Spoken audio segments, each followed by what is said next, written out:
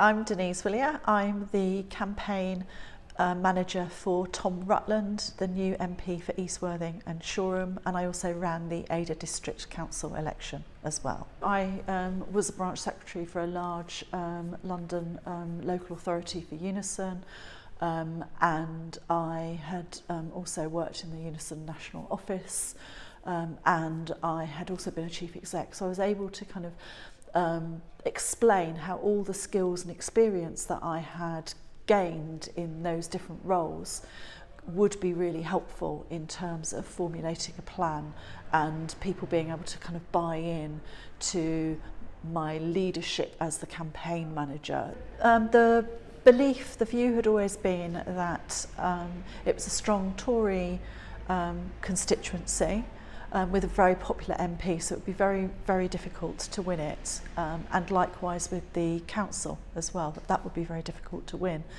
And we, basically a kind of core group of us made a decision that we were going to win, and that we were going to win the council, and we were going to win the general election. We wanted to do it as quickly as possible, ideally this May and whenever the general election was called this year. But we also were very pragmatic about that in the sense of we knew that it may take us up to 5 years to build up the kind of level of contact with voters that was going to be necessary.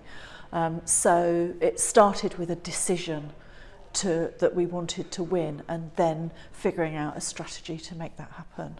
We took also, I suppose, of what I would call a field of dreams attitude of if we build it, they will come. And so, it wasn't a lot of people in the early days, but as we kind of kept on doing our canvassing sessions and leafleting and all of that, people started to join us. And it was in very small numbers to begin with, but it was, I'm not going to say it was massive numbers, but towards the end, but in enough numbers for us to be able to do what was necessary.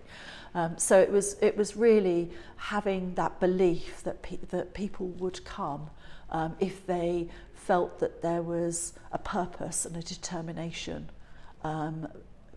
behind it. And I think, as we started to get closer and closer to the general election, and that kind of increasing kind of sense across the party that, oh, we can do it.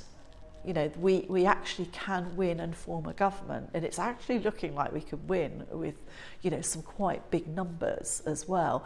Obviously that then has an impact as well, because it really inspires and enthuses people, and gives them the kind of the heart, if you like, to keep going, because it is a slog,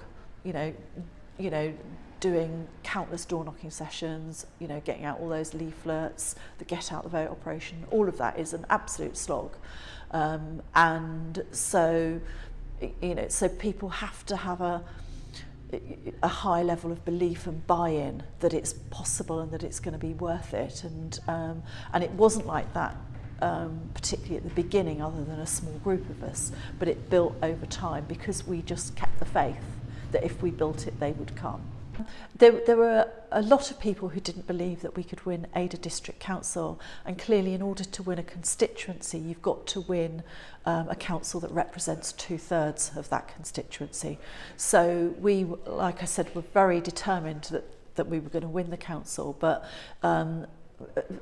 nobody was paying any attention to us. We did have a regional officer who worked very closely with us and was incredibly helpful and supportive, and I would really want to recognise the role that he played. But outside of that, nobody was talking about us and what we were up to. And was that helpful? And it was helpful, and that also meant that somehow or another the Conservatives locally didn't twig that we had been doing weekly and fortnightly door-knocking sessions in their areas for months, and it was only towards the end that they started to twig, and the leader this was for the districts, the leader made a comment on national TV about realising that it was like a train, sort of like juggernaut coming towards them, and they couldn't stop it, but they only realised the train was coming